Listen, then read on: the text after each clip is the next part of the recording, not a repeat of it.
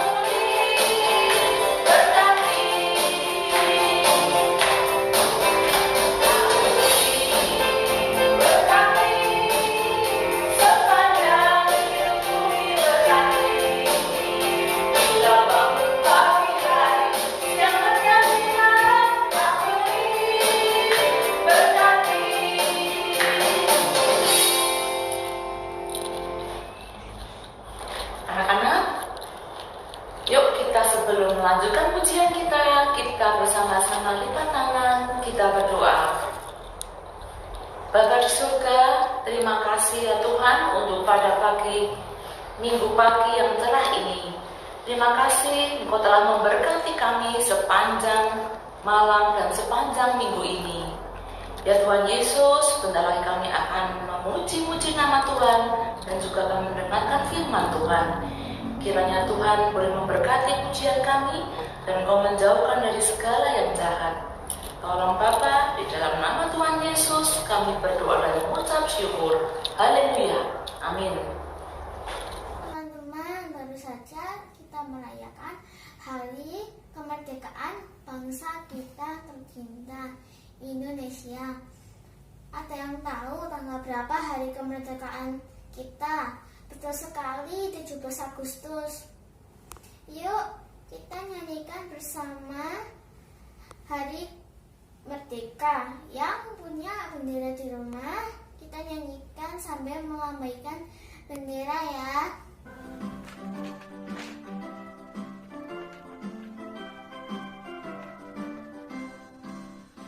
17 Agustus tahun 45, itulah hari kemerdekaan kita.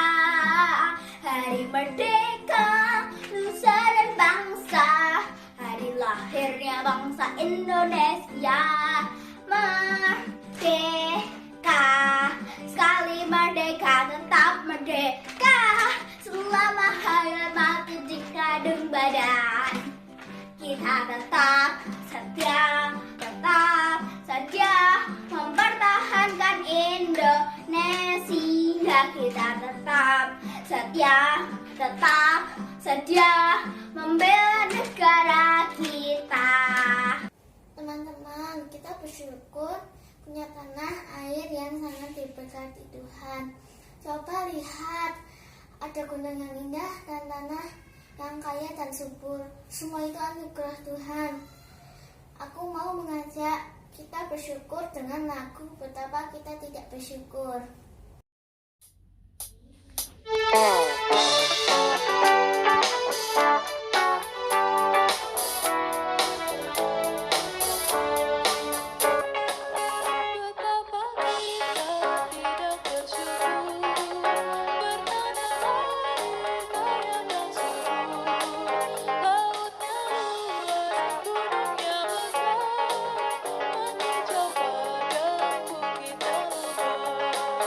Itu semua berkat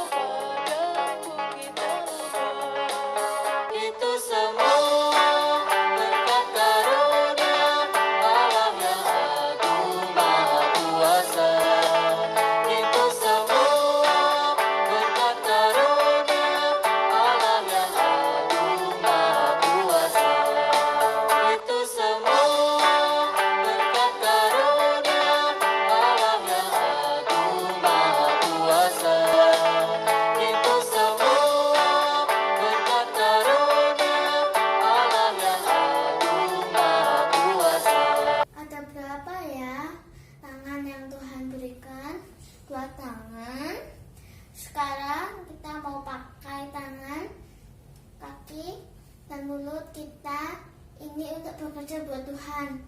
Tanganku kerja buat Tuhan.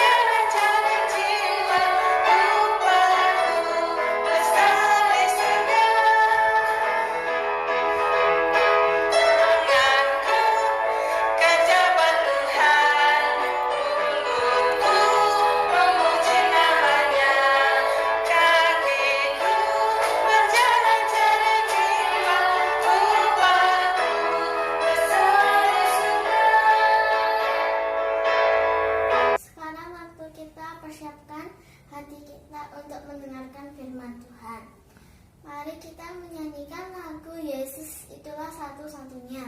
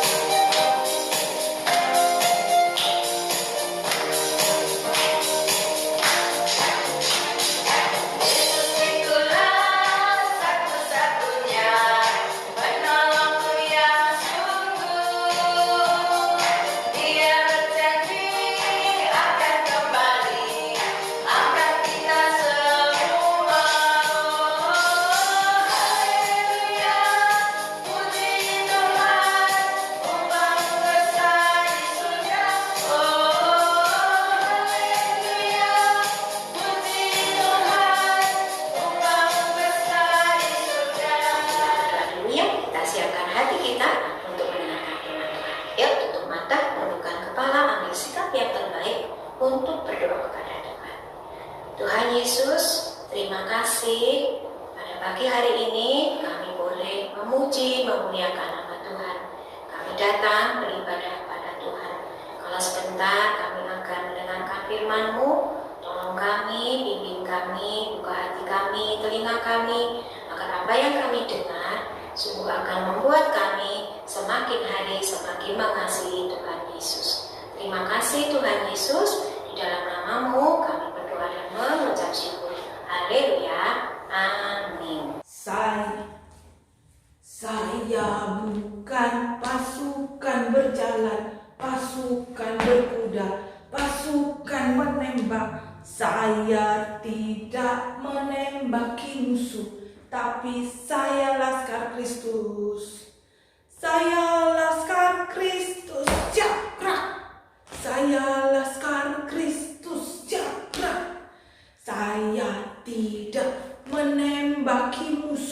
tapi saya Laskar Kristus. Shalom. Selamat pagi anak-anak semua yang ada di rumah. Perkenalkan, saya seorang prajurit dari negeri Aram. Hari ini khusus hadir bersama anak-anak di dalam sekolah minggu GKI di Ponorogo, Magelang. Jauh-jauh saya dari Aram ke sini mau menceritakan sebuah kisah yang luar biasa yang waktu itu kulihat dengan mata kepalaku sendiri. Ngomong-ngomong, tak usahlah kalian tahu tentang siapa namaku. Aku hanya seorang prajurit kecil dari negeri Aram. Yang penting kalian harus dengarkan kisah yang kubawakan ini dengan sebaik-baiknya. Buka telinga, buka mata lebar-lebar, supaya kalian bisa tahu apa makna daripada kisah yang akan kusampaikan kepada kalian ini. Ini kisah tentang tuanku yang bernama Naaman. Tapi yang lebih lagi daripada itu, hal yang luar biasa, ini kisah tentang Allah Israel yang perkasa dan maha kuasa. Baru hari itu kulihat dengan mataku. Tuanku Naaman yang menderita penyakit kusta sudah bertahun-tahun. Aku takut kalau dekat-dekat dia, jangan-jangan aku ketularan. Kulihat dia hari itu. Begitu dia keluar dari sungai tempat dia berendam, seketika itu juga kulitnya menjadi putih dan mulus kembali seperti kulit anak bayi. Sebelumnya, tuanku itu sudah pergi berdoa sembahyang ke kuil dewanya. Tapi tidak ada satu dewa pun di negeri Aram yang sanggup untuk menyembuhkan dia dari penyakit kustanya. Kasihan sekali. Padahal Naaman itu, tuanku itu, seorang tuan yang baik hati, selalu perhatian kepada kami tentara-tentaranya ini, selalu memperhatikan apa yang menjadi kebutuhan kami, dan selalu juga memperhatikan kami. Apakah kami sedang bersedih, dia akan memberikan kekuatan buat kami semua, memberikan kami semangat ketika kami berperang. Dan kalian tahu, tuanku ini adalah seorang yang sangat diberkati, sebab kemana dia pergi berperang, dia pasti akan membawa kemenangan untuk negeri kami, negeri Aram. Hari itu dia tidak berdaya karena penyakit kustanya. Dia pergi ke Israel untuk mencari kesembuhan karena ada seorang budak perempuan beritahukan kepada Naaman kalau di Israel itu ada seorang nabi Tuhan yang akan sanggup memberikan dia petunjuk supaya dia bisa sembuh. Kita saksikan saja kisahnya. Ingat, buka telinga, buka mata, buka hati baik-baik untuk mendengarkan kisah ini. Salam, Tuhan memberkati.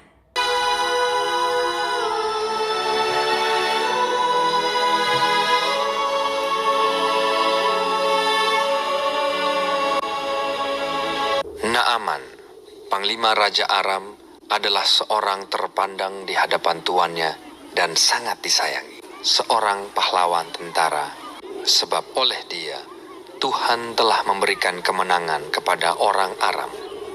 Tetapi orang itu sakit kusta.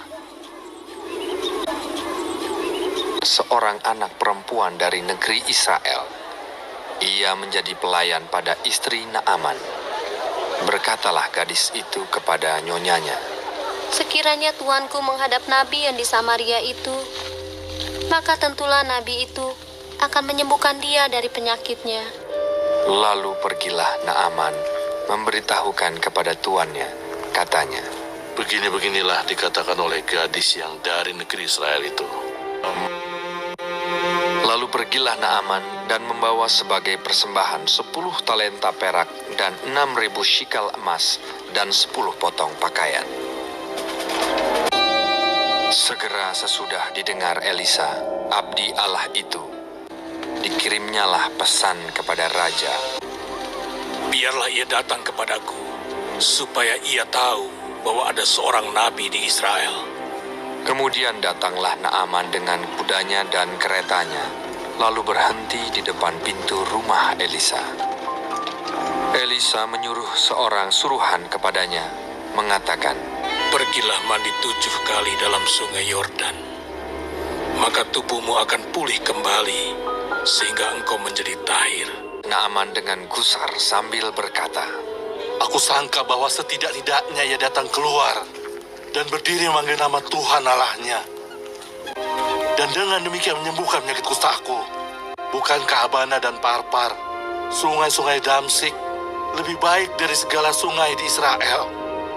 Tetapi pegawai-pegawainya datang mendekat serta berkata kepadanya, Bapak, seandainya nabi itu menyuruh perkara yang sukar kepadamu, bukankah Bapak akan melakukannya? Apalagi sekarang, ia hanya berkata kepadamu, mandilah, dan engkau akan menjadi tahir. Kemudian berpalinglah ia dan pergi dengan panas hati. Maka turunlah ia membenamkan dirinya 7 kali dalam sungai Yordan, sesuai dengan perkataan abdi Allah itu. Lalu pulihlah tubuhnya kembali seperti tubuh seorang anak dan ia menjadi tahir. Kemudian kembalilah ia dengan seluruh pasukannya kepada abdi Allah itu. Setelah sampai, tampillah ia ke depan Elisa dan berkata, Sekarang aku tahu bahwa di seluruh bumi tidak ada Allah kecuali di Israel. Karena itu, terimalah kiranya suatu pemberian dari hamba-Mu ini. Elisa menjawab, Demi Tuhan yang hidup, yang di hadapannya aku menjadi pelayan, sesungguhnya aku tidak akan menerima apa-apa. Pergilah dengan selamat. Dan walaupun Naaman mendesaknya supaya menerima sesuatu, ia tetap menolak.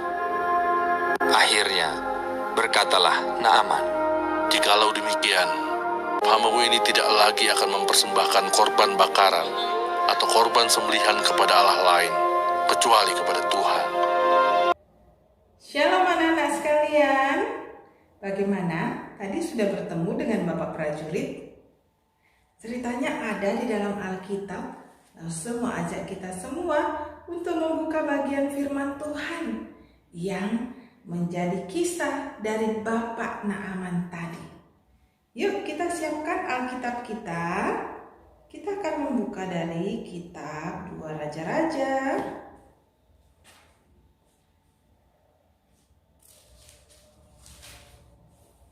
Pasal yang kelima. 2 Raja-Raja pasal yang kelima. Anak-anak sudah membuka? Lase akan bacakan buat kita semua dari ayat 1 sampai dengan ayat yang kelima.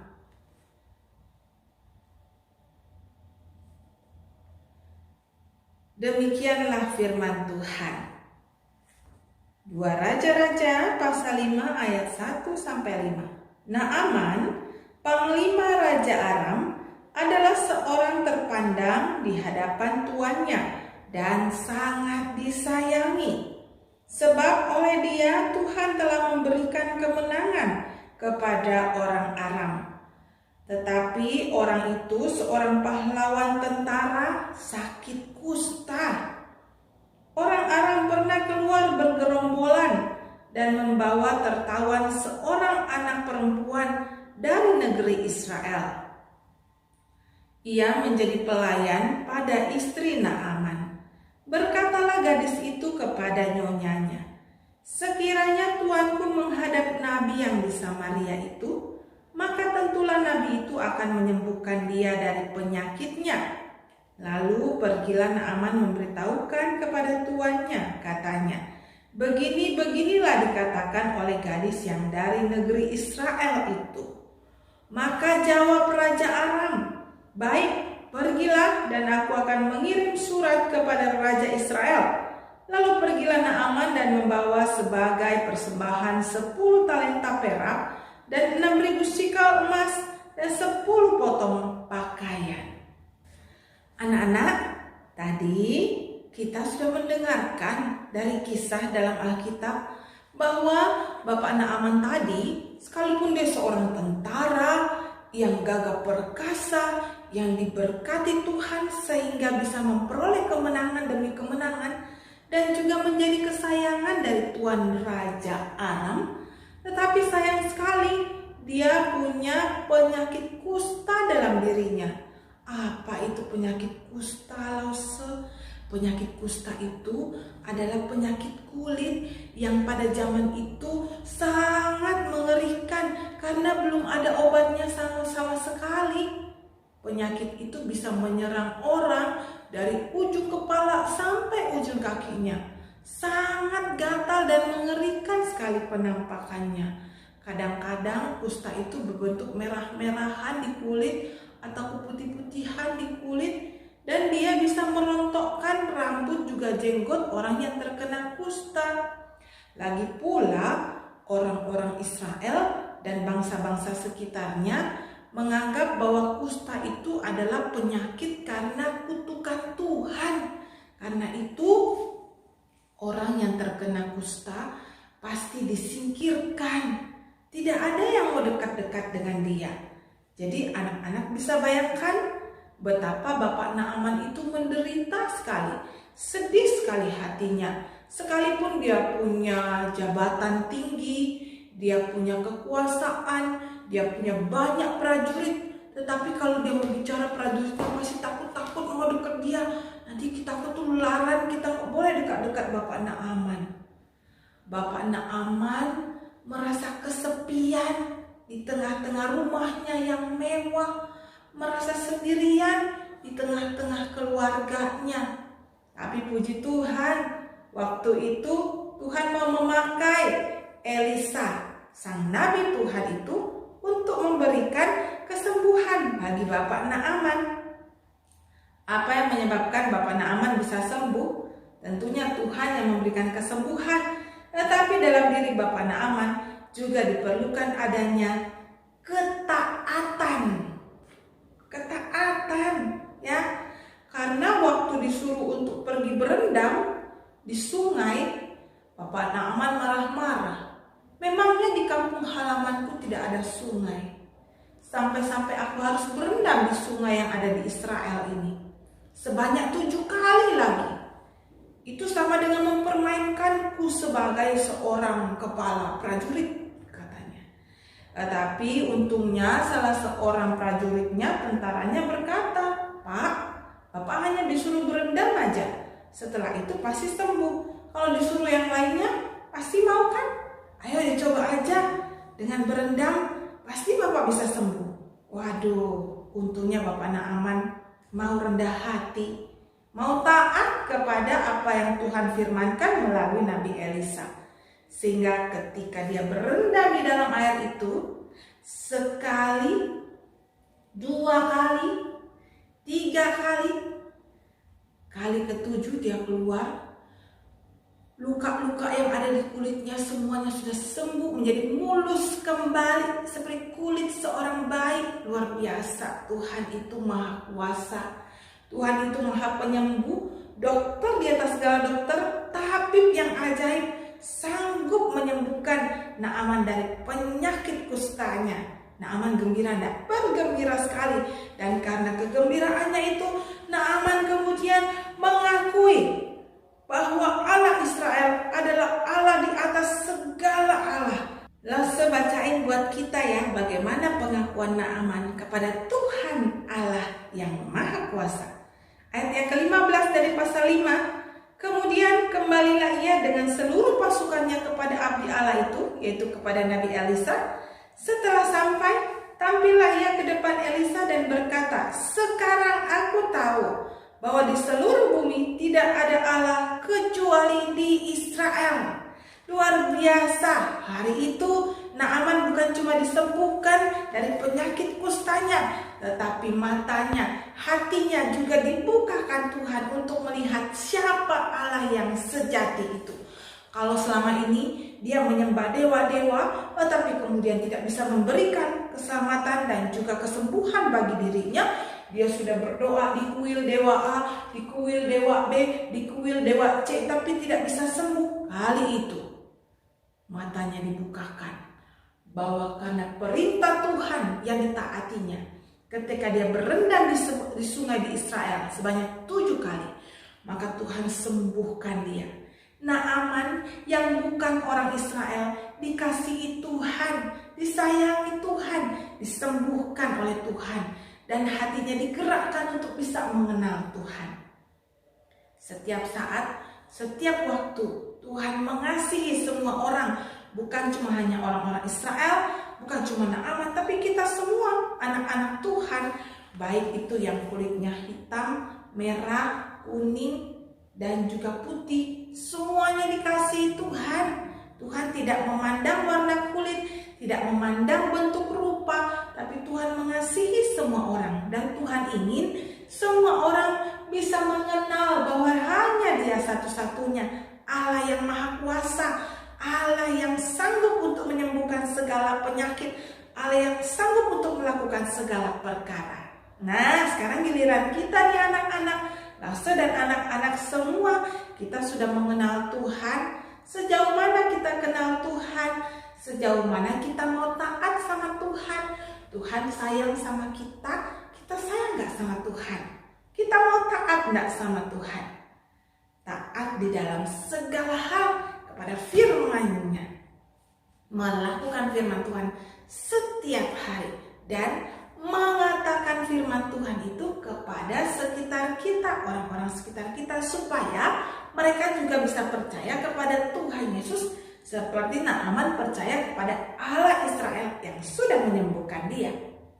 Yuk, mari kita mulai saat ini mau menjadi anak-anak Tuhan yang taat sama Tuhan, yang cinta sama Tuhan sungguh-sungguh, yang mau mengatakan firman Tuhan lewat kehidupan kita.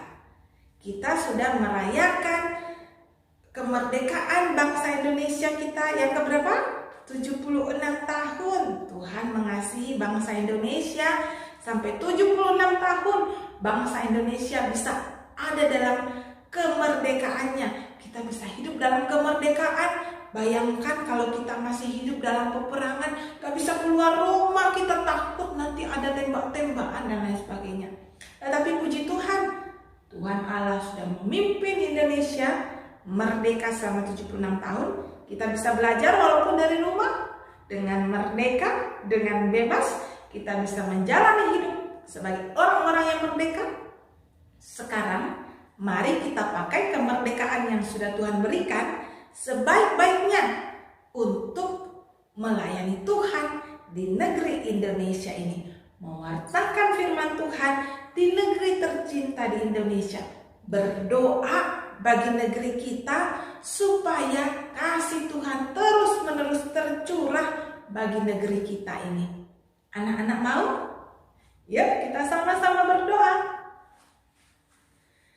Tuhan Yesus, terima kasih karena pada tanggal 17 Agustus yang lalu kami merayakan ulang tahun kemerdekaan negara tercinta kami Indonesia yang ke-76 tahun.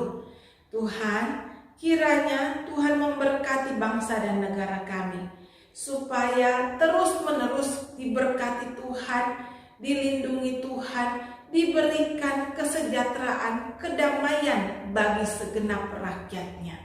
Berkati Bapak Presiden kami, Bapak Jokowi, dan juga wakilnya, dan juga menteri-menterinya, dan seluruh pejabat yang ada di Indonesia, supaya mereka dengan hikmat dari Tuhan, bijaksana dari Tuhan, menjalankan tugas tanggung jawab dengan baik dan jujur. Kami juga berdoa Tuhan, segala sesuatu yang terjadi dalam negeri kami ini, kami percaya Tuhan berkuasa. Dan karena itu sekali lagi kami memohon supaya Tuhan yang memulihkan negeri kami ini dari pandemi yang sedang berlangsung. di seluruh dunia dan juga di negeri Indonesia kami. Kami juga berdoa untuk anak-anakmu yang masih studi, masih belajar di SD maupun di SMP. Tuhan tolong mereka supaya belajar baik-baik sehingga kelak mereka menjadi anak-anak yang berguna bagi nusa dan bangsa dan bagi gereja Tuhan. Berkati anak-anakmu di rumah, berikan kepandaian kepada mereka, berikan kerajinan, ketaatan, ketekunan untuk mengasihi Tuhan. Terpujilah namamu ya Tuhan, di dalam nama Tuhan Yesus kami berdoa. Amin.